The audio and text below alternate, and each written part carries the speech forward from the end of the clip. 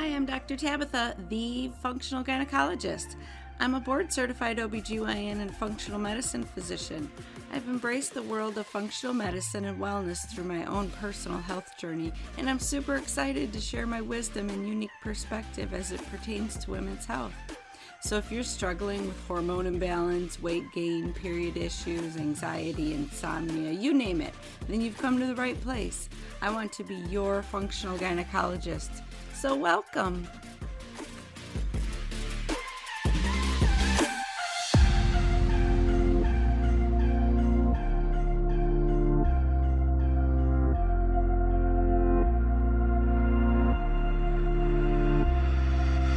Hi, ladies. So this week's episode is super important and probably impacts either someone close to you or might even be you. I'm talking about infertility. So it has become much more common in this day and age for multiple reasons. You know, we're waiting longer to start having children as women because we're focused on our careers and doing all the amazing things we need to do.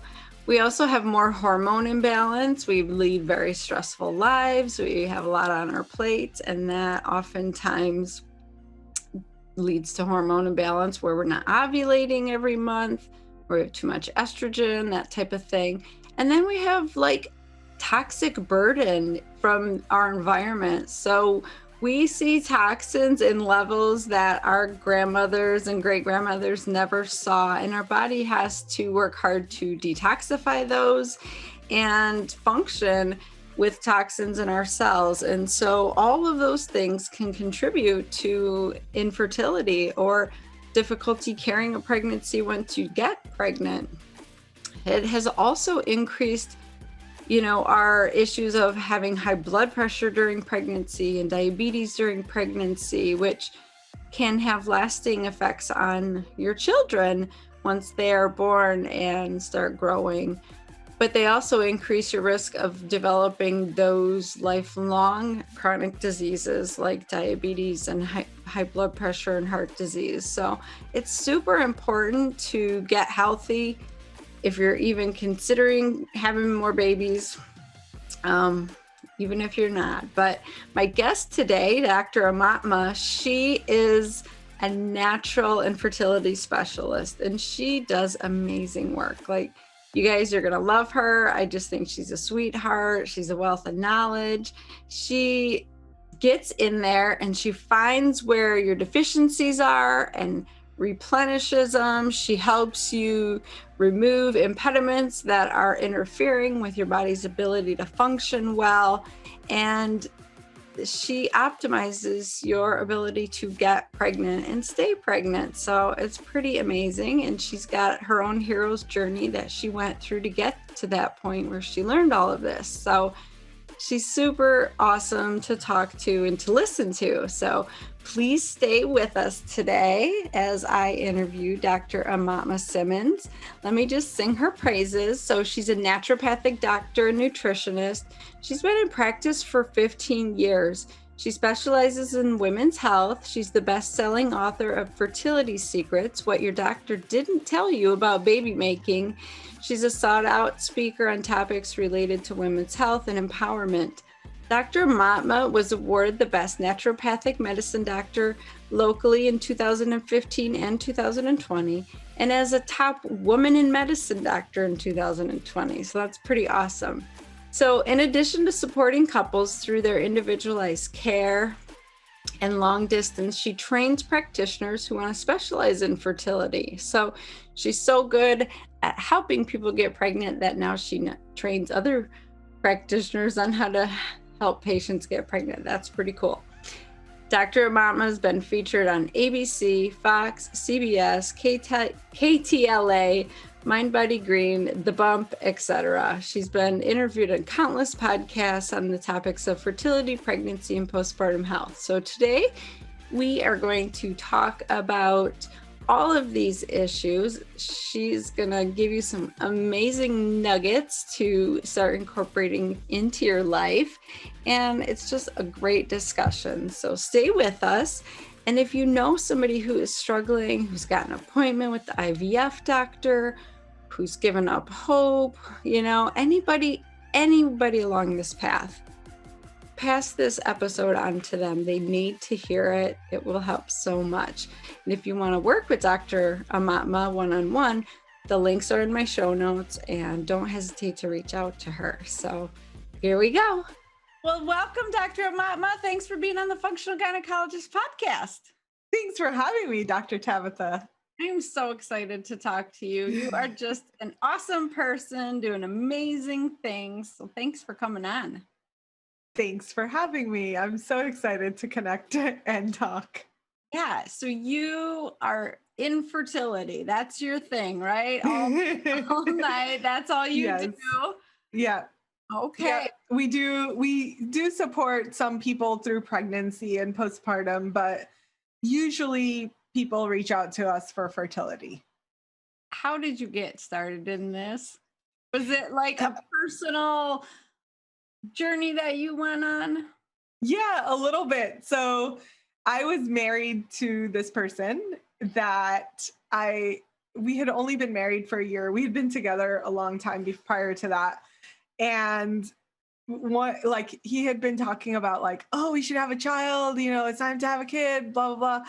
And I was getting to that 35 age where fertility magically falls off of a cliff. And I kept thinking about it. And there was a deep part of me that was just there's something about this that's not right. And it took me a few months to really figure it out. But I was like, I think I married the wrong person. I married this person, but I don't want to have kids with him. So I ended up I just started researching on my own as I was in the process of what am I doing? What am I going to do with this relationship?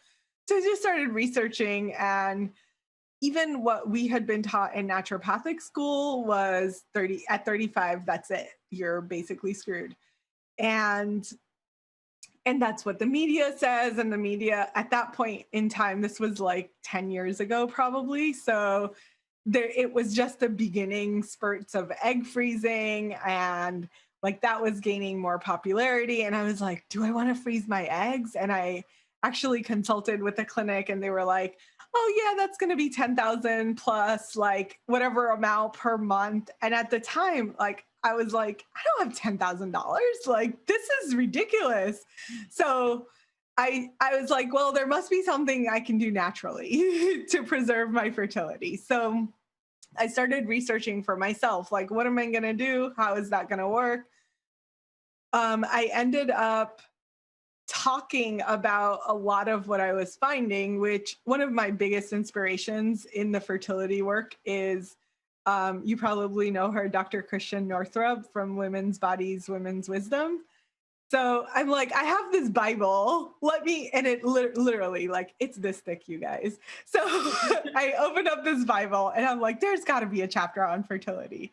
I start reading the fertility chapter, and she's talking about these women that used to live in tribes in the middle of nowhere that would get pregnant at 50, at 60 without any issues.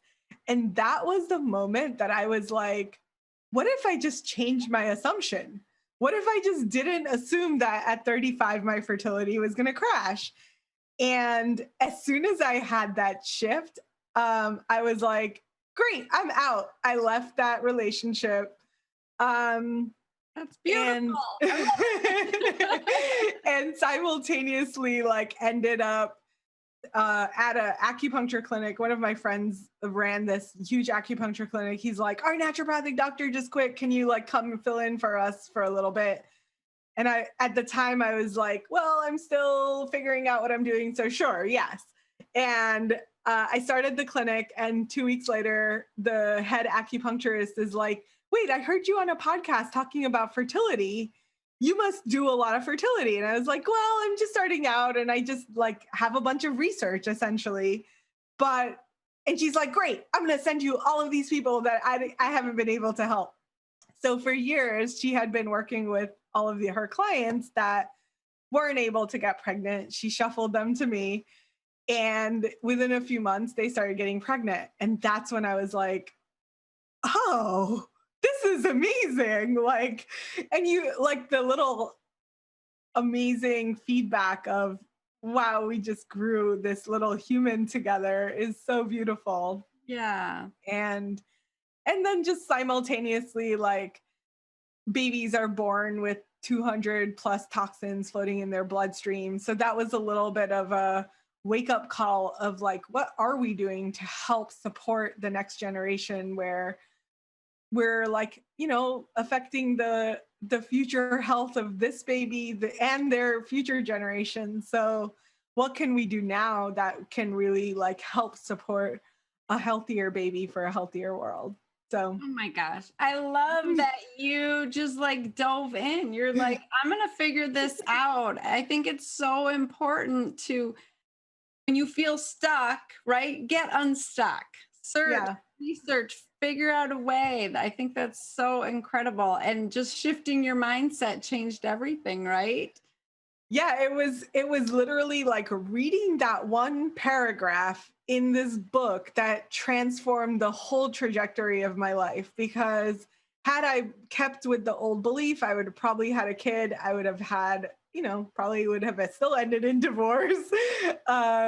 So I'm really grateful for that and the ability to just like come out of it with, like, now I have this amazing partner and we have a beautiful child together. I had a kid at 38, which isn't that much older, but um I have I have memories of my gynecologist saying, "Oh, because you're a geriatric pregnancy." And I was like, Mm-hmm. "What? What? I know. Why would you call me that?" And No. she was like, "Well, technically we're required to tell you that you're geriatric." And I was like, "Oh, this is like, I'm okay. I can handle it. I'm a doctor. I can get over it, because you calling me something doesn't mean anything to me. Yeah. But please don't tell your patients this. Like, this is so scary for women to hear you're geriatric because you're over 35. Like, It is. It's an absolutely horrible diagnosis, or naming of a diagnosis. I had the same thing. Um, but I grew up, in a large Catholic family. My mom had her last baby, I think, right around 40.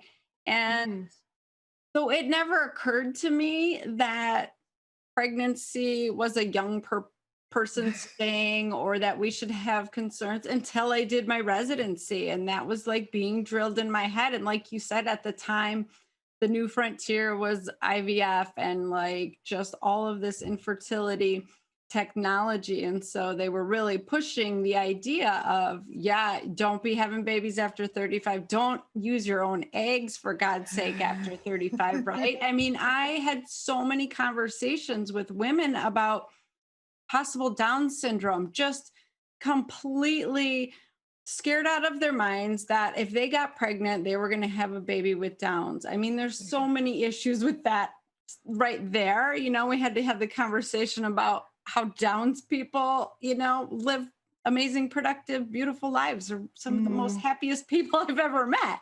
right. A whole nother story. But we like instilled so much fear in women and made them afraid of this natural, beautiful Yeah. thing. Yeah.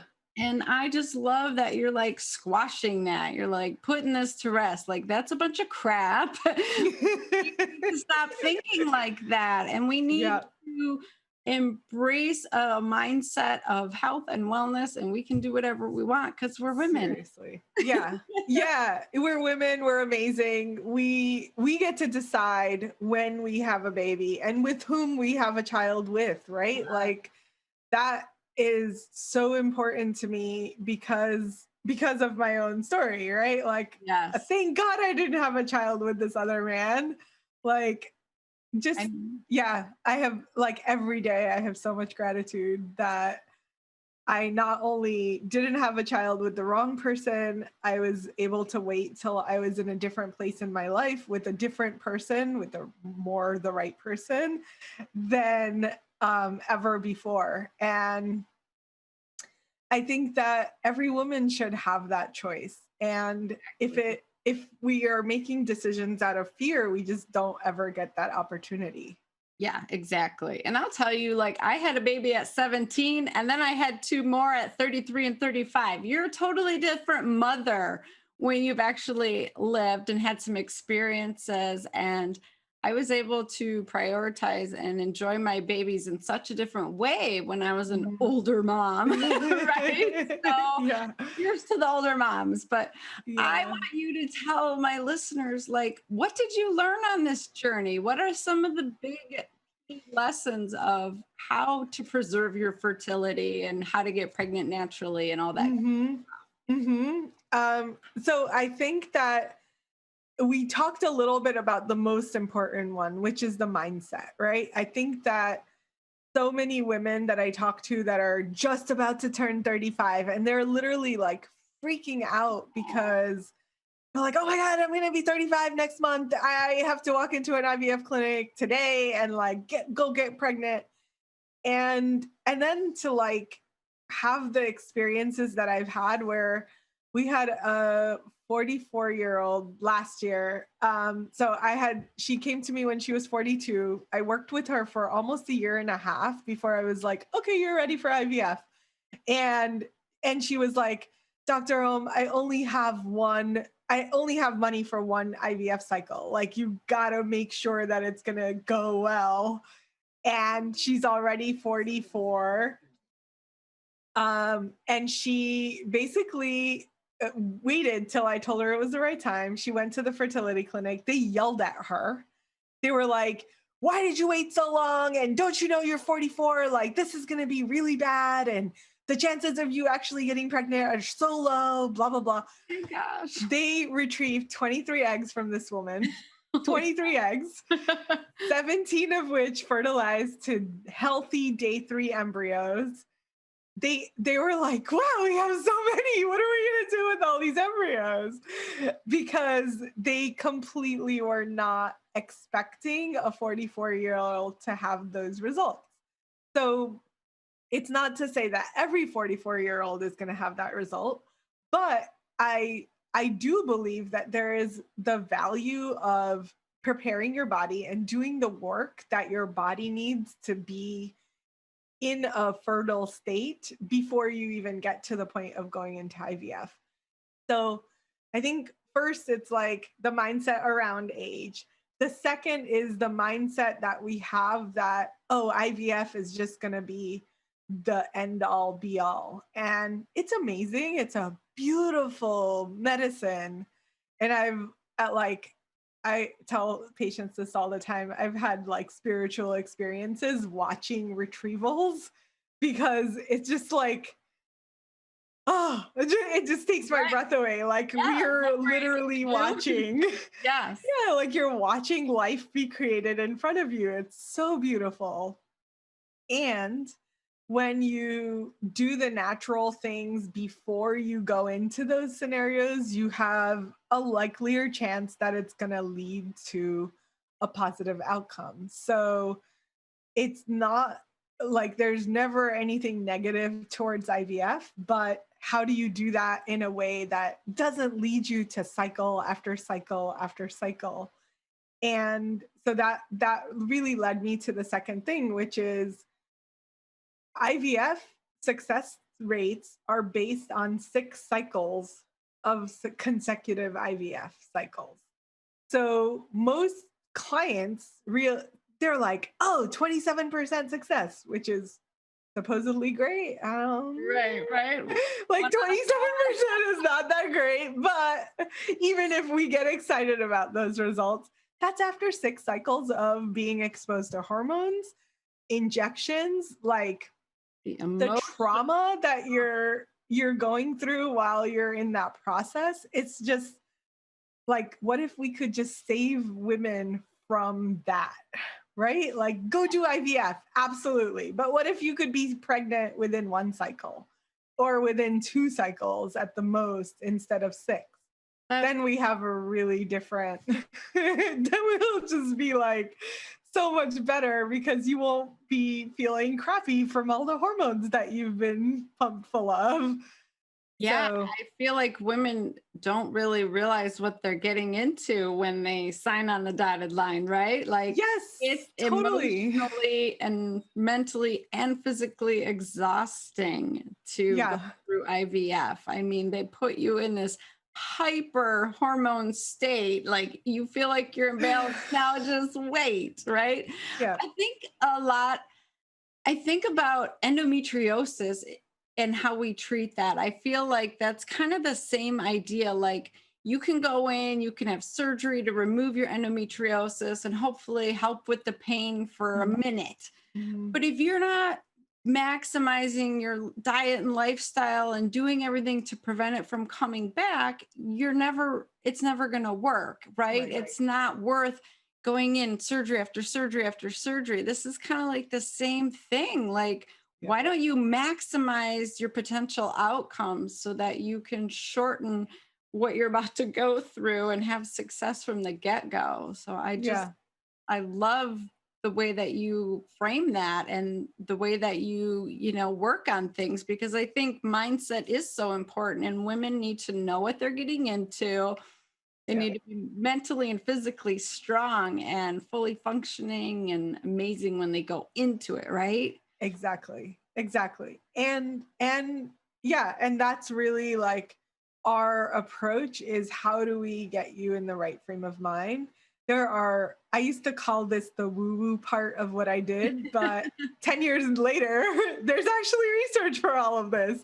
So there are studies that have shown that having a self-reported positive mindset or positive outlook on life when you go into an IVF cycle has 90% higher chances of you having a successful IVF cycle than when you go in with a negative mindset. Just a mindset. That's Like that alone has a huge variation of outcomes. So we talk about, like research and being research led or research informed. And there's so much research now that supports all of the natural things that we do, yeah. even down to the woo that I love to talk about.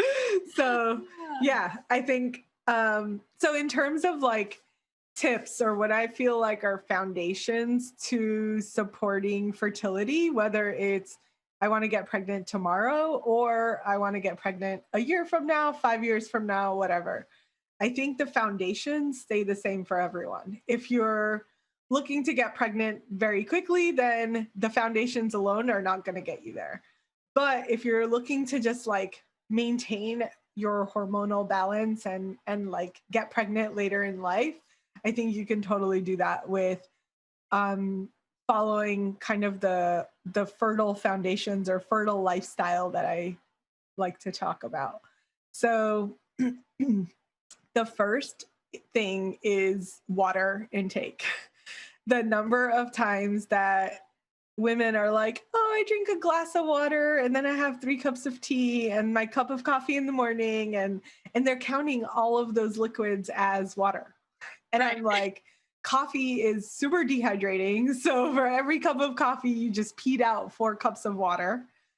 So you need to like replace it. And then you need to get at least a baseline of half your body weight in ounces is usually what I go by. So um really like making sure that you have water, which is there. So this is not research based, but like your ovaries are floating in liquid. All of the eggs are in liquid. So you need water.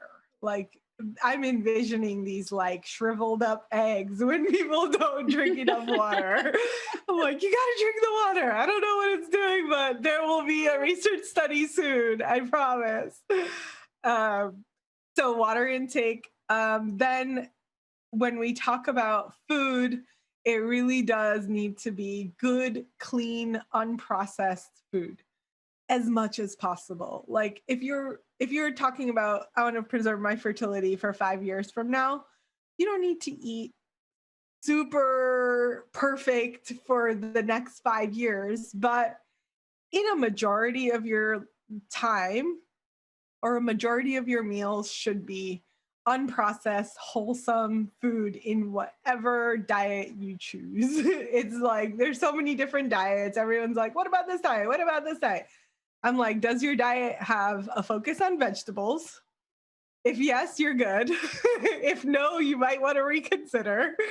And like eat stuff that came out of the ground. Like, don't eat things that come in a bag, a box, or a can. Simple.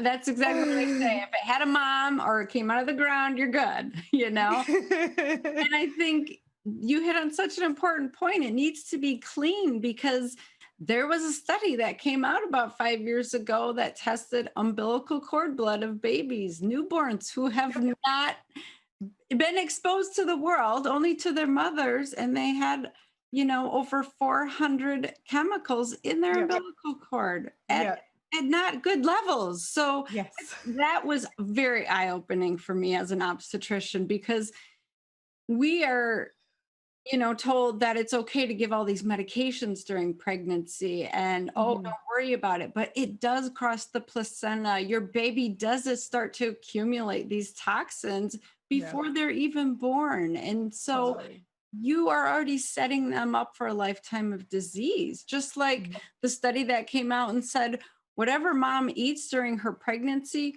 that will turn on baby's genetic expression, and they are going to be more apt to be obese and have diabetes. Like, wow, you are already setting your kid up for failure. And holy cow, I see it time and time again. Women are severely overweight, or they have gestational diabetes. 5-10 years down the line, their kid, is getting picked on at school because they're carrying the extra weight, and they're already set up for that chronic disease. So please keep it clean. I love the vegetables. Oh my God. Okay. Sorry to interrupt. Keep going. No, totally fine. Yeah, I think you have some great points. Like, babies being born with toxins floating around in their bloodstream, that was one of the stats that made me say, oh my God, like, we have to do better. Like, we can do better. Why aren't we doing better? We are, like, I just feel like we have so many resources that we need to get out into the world so that people can just do different. Yeah, and it's really scary. As a conventional obstetrician, I never was taught that food mattered. And I will tell you, I was pregnant with my son as being the chief resident, and I lived on ice cream. I wouldn't eat all day. I'd work 12 hours in the OR, and I would hit the Dairy Queen drive-thru on the way home. And so he was raised on ice cream, and now he has like allergies and sensitive skin and sensitivity to gluten and all these issues. I'm like, he had to be on Zantac for months and months. And I'm just like, and now that's a cancer causing drug. I'm like, so your doctor doesn't know everything, because I feel like I'm pretty darn smart and I learned everything I was supposed to learn, and I still didn't know better. Right. So because it's not your fault. Like, conventional medical schools have a weekend's worth of nutrition in their entire, like, how many years were you in school? Like 10, 12 years.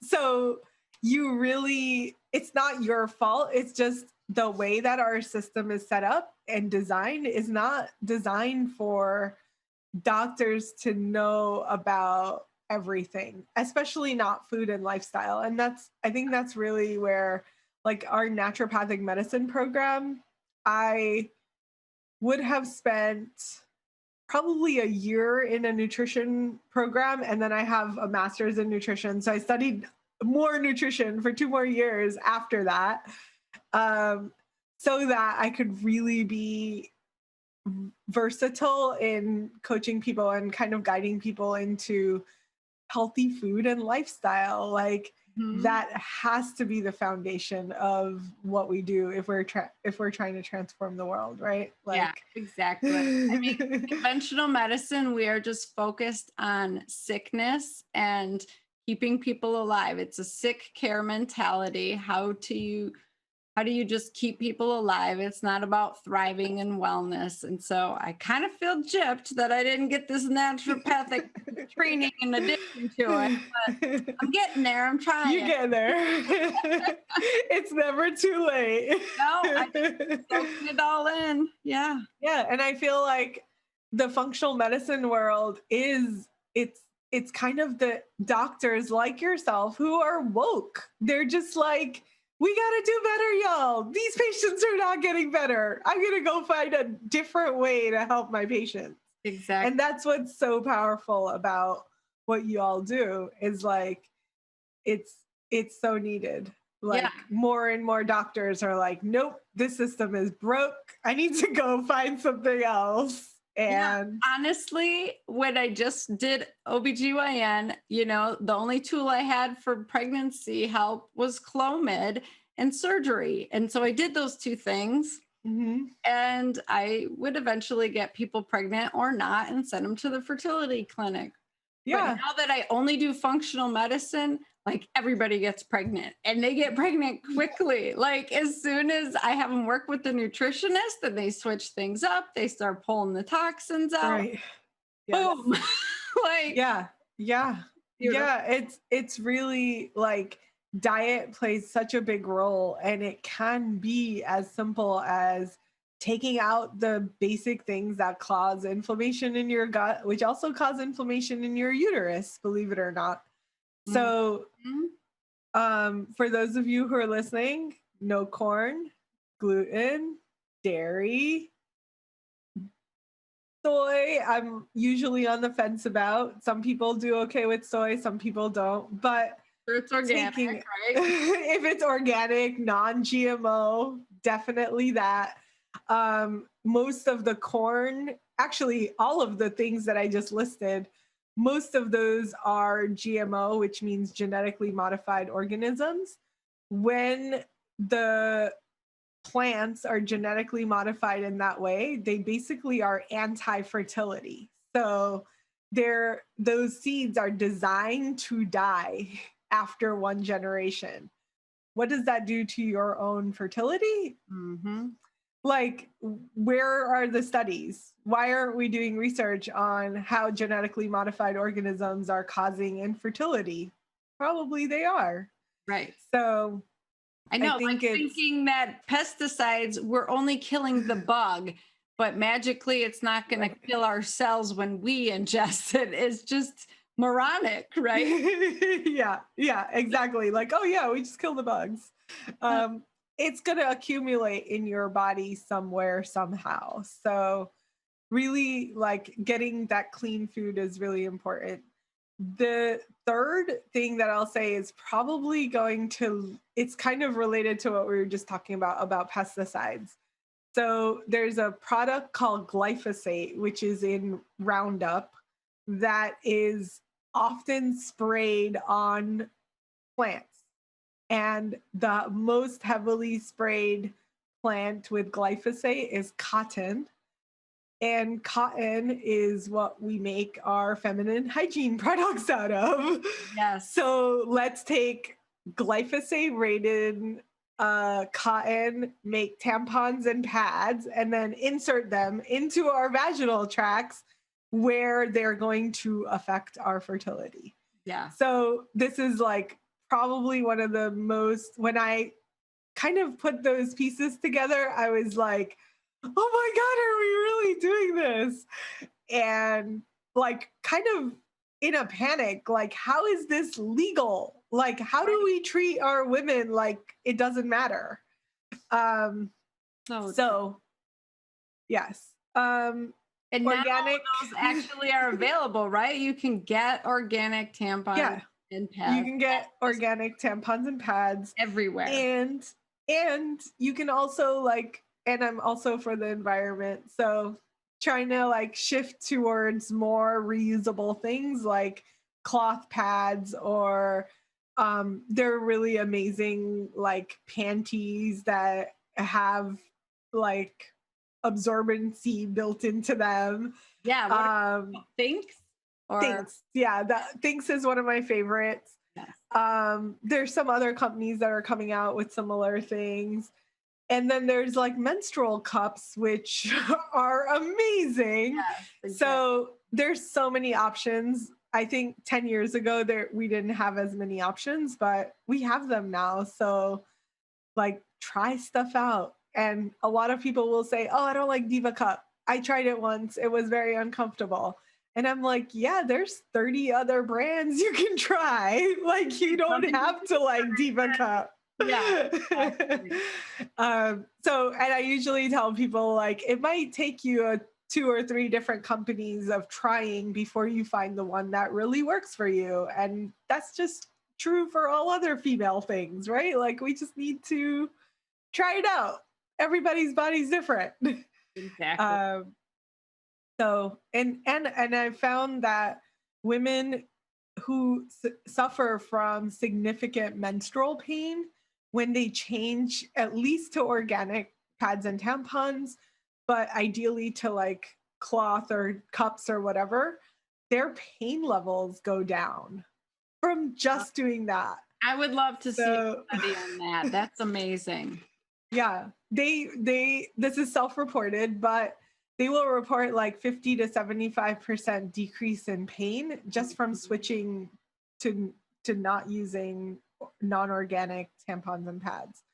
So like I wonder if the glyphosate on those cotton plants is creating some sort of inflammation in our reproductive organs that literally is like leading to pain. Right. I mean, it makes complete sense because we know that they destroy the gap junctions between our intestinal cells, right? Yeah. And release all this zonulin, and then things seep into your bloodstream and cause an Yeah. inflammatory response. So I'm sure that is happening in our pelvic organs. And the science is just so new, and unfortunately that kind of stuff probably won't be studied because there's no way to make money off of it, so no one's Exactly. really interested, right? I Exactly. mean, that's just the truth. Yeah. If there is not a pharmaceutical company behind it, there's probably not going to be a ton of research. Right. And I feel like when it's related to women's health and women's products, there's even less of a likelihood for research. So I Yes. feel like there is this gap in really researching things that would support women. Like, why are we not? Right? Yep, So, exactly. yeah. Yeah. So we got water, diet, our personal care products. What else? The other, well, okay, yes. So I'm like, so many. I was gonna say one more, but maybe two more. Um, a lot of women, especially when you're trying to preserve your fertility, the attitude is, oh, I'm gonna do all this stuff, like career, life stuff that I can't do once I have a child. So the mentality is I'm going to do all these things and like burn the candle at both ends and drink tons of coffee to get through until I have a baby, right? So I'm going to do all these things. And the coffee, alcohol, marijuana, like there are studies on all of these and how they decrease fertility. So if your intention is to have a baby when you're older, I would really, really, really suggest to cut back on all of those things. If you can't cut it out, at least cut back. Yes. um, and like don't burn the candle at both ends. Like the number of women that I see who have burnt the candle at both ends or are like type A, so they're not necessarily doing too much. They're just their mindset around doing is a lot. Yeah. And the burnout that you feel from that is going to impact your fertility in the future. So the Yeah. way to really support yourself in preserving fertility within your body is to really like learn those fertile foundations or fertile lifestyle things, which I think like saying no is a really important fertile mindset, to just be like, nope, that's too much, can't do that.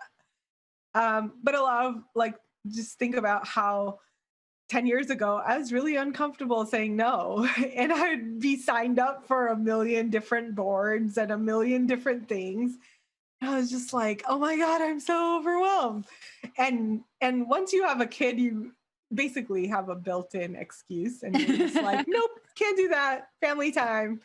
And it's a lot easier after you have a child, but it's still you need to be doing it even before you get to that point where you're ready to have a kid, because if you're burnt out by the time you're ready to get pregnant, there is really no vital force left for you to pass to this child. So a lot of the fertility struggle comes out of you've used up all of your resources. I like to give this like bucket analogy. If you came to the planet with a bucket full of vital life force or energy is not a great word for it, but in Chinese medicine, they call it qi. You come with a reserve and if you live through or burn through all of that reserve, that by the time you get to the bottom, you're going to have some health issues. And by the time it gets to zero, you're not going to be here anymore. So it's really about putting in the tools and lifestyle things that can help build or sustain the reserves that you have, so that when you are ready to have a child, you can have some energy to pass off to the kid. Those babies suck you dry. They take all of your vitamins, your nutrients. I mean, they will leave you so depleted. You want to go into it like with a built up storage, like you're saying. And, you know, so many women have struggles becoming pregnant because of irregular cycles, or they're not ovulating, things like that. And it all comes back to what you were saying about stress. Like if you are pumping out cortisol every day, managing all this crap, you are going to get your hormones imbalanced. And yeah, we can give you medications to help you ovulate, but there's research now coming out that those might increase your risk of ovarian cancer. And who knows? I mean, why mess with all of that when you could just set some boundaries, start to say no, learn from people like Dr. Aumatma, and not have to, you know, go through it yourself. Like, I think we just need to learn from each other and stop trying to learn by our own messes, right? Yeah. I think it's like, as women, so this is one of my other tips, is like ask for help, right? Yeah. As women, we're so driven to be independent and like, so, I have to figure it out myself. I have to do it all myself.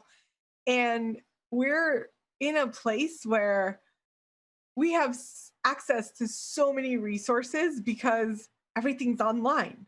Right. You have a podcast that you can listen to while doing whatever you want to do, because that's the age we're living in. Like, your support, your help, your content is available to you nonstop. So there is really no excuse for you to be able to get help.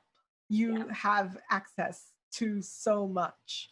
Yep. So just ask for help. Ask the person that you are like, this is the other thing I find a lot is like, as women, we're taught to stop paying attention to our intuition. Yet if we just follow our intuition, we know what we need. Like, we have it within us, right? And a lot of times people, potential clients will be like, well, what do you think? Should I work with you or not? And they're waiting for me to sell them something. And I'm like, oh no, we do not sell. If you want to work with us, you're already really clear that you want to work with us. And if that clarity is not there, if it's not a hell yes, it's a no. So just take it off your plate. Like, don't even think about it. And when I tell people that, they're like, wow, really? You're not gonna, you don't have a sales pitch? You're not gonna like try and sell me to work with you? And I'm like, well, that wouldn't be the great start to a relationship, would it? Right. Like, you wouldn't go on a date and wait for your date to convince you that you should go on another date. If it's a no, it's a no. Like, what? Exactly. So, yeah. So we need to just like reconnecting with that part of ourselves where we're being guided, we're being led to what we need to be led to. If you're listening to this today, you're meant to be here. Yeah. And you will draw in, you're a powerful creature, woman. You will draw in whatever it is that you need to manifest what it is that you want in your life. Amen. I love that. It's so good. You know, we do need to trust ourselves again, because I feel like we, especially during COVID, we have, you know, fallen off the wagon. We made bad food choices. I know I've yelled at my kids and lost my shit a few times over homeschooling, and so then that makes you feel like, oh, I can't trust myself. I'm making bad choices. I'm doing the wrong thing. Well, you need to just check that and give yourself some grace and say, you know what? I'm going to start over. It's not that bad. Let me reach out for some help. I mean, we should all have mentors. We should all have people helping us, supporting us, guiding us, no matter where we are in our life. I just love the idea of a sisterhood and relying on each other.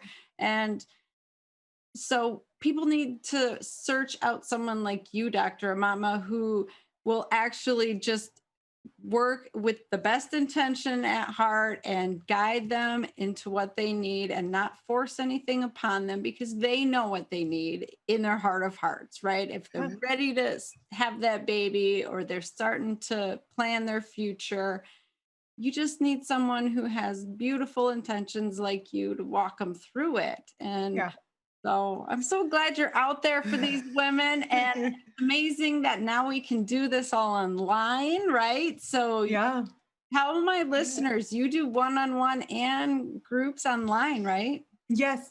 So we do have, we have our one-on-one program, which I call my baby because that's really how we started out. I didn't start in the online world. I started as a practitioner. Right. And people would come and they would get pregnant and they would go on and tell other people. So that's kind of how we started out. But these days, especially, so the COVID, the gift of COVID, I call it, was to really like launch an online program that I've been dreaming about for ages. I'm like, oh, if women could only connect with each other and see that they're not alone and fertility doesn't have to be so isolated an experience. And then COVID happened. And I was like, well, we're launching this online group program thing. And people were like, yes, where do I sign up? And like literally overnight. You got a COVID baby. That's awesome. Yeah, literally. So that is our online space. And that one is more like, I can't be your doctor, obviously, because I'm not where you are, but you can get guidance and support. And then we can work with your doctor to help support you if needed. So, and oftentimes you don't need an actual practicing doctor, right? I mean, you're a doctor, but they don't need that because you don't need medications prescribed, interventions and stuff. So it works beautifully the way that you have it set up. So I'm going to have all those links in my show notes because people need to reach out to you. You're so good. I love it. Yay. Thank you. It's so lovely to chat with you. And I really feel the resonance. Like we're on the same page. Like there's just so much beauty that comes out of supporting women that in a different way, right? Like supporting women in a way that's gonna like transform their lives rather than all the other options that they are being offered. Yeah, like you said, when someone comes into your life, think of it like, why did this happen? And try to make the most of it. I mean, Dr. Aumatma and I just kept connecting through different courses, and are like, this must mean that we're supposed to get together. So yep. I love it. And now we have a sisterhood together. So good. So where can my listeners find you, hon? holisticfertilitycenter.com, or find us on Instagram. We share tons of content all the time. It's holistic_fertility_doctor. So Holistic Fertility Center or Holistic Fertility Doctor on Instagram. Awesome. And I'll have all those links in my show notes for you guys. So thank you so much. This is wonderful. You are such a beautiful person. I love it. Thank you. Bye. Bye. Isn't she great? I think Dr. Aumatma's laugh is like infectious. She just makes me smile. So I enjoy her so much, and I'm sure you did too. So definitely follow her on Facebook and Instagram, and check out me on Facebook and Instagram at Dr. Tabatha. You can also check out my YouTube channel, The Functional Gynecologist, and figure out anything that you can take from this episode, incorporate it into your life, add it to the other stuff that you've been doing to become your best self. That's the name of the game here. That's what we're all striving for. Even if you're not trying to have a baby, this is about being your best you. Like, if you're healthy enough to grow an amazing, beautiful human being, then you're on the right track. So I want you to love on yourself, take care of yourself, do what you need to do for yourself. Maybe write down 5 things you love about yourself, and do that every day for a week, and see how your mindset begins to change, how you can love your body again. So thank you so much for staying with me. If you're enjoying this, please share it with your friends. And if you would be so inclined, I would love it if you would hit the subscribe button. Even leave me a review, because that tells iTunes that you care about this kind of information and you want to see more of it. And that gives me leverage. So let's get empowered together. So leave me a review, hit the subscribe. 5 stars would be great. I really appreciate it. I do this for you ladies. So shoot me out your questions, and I will see you next week. Go kick some ass. Bye.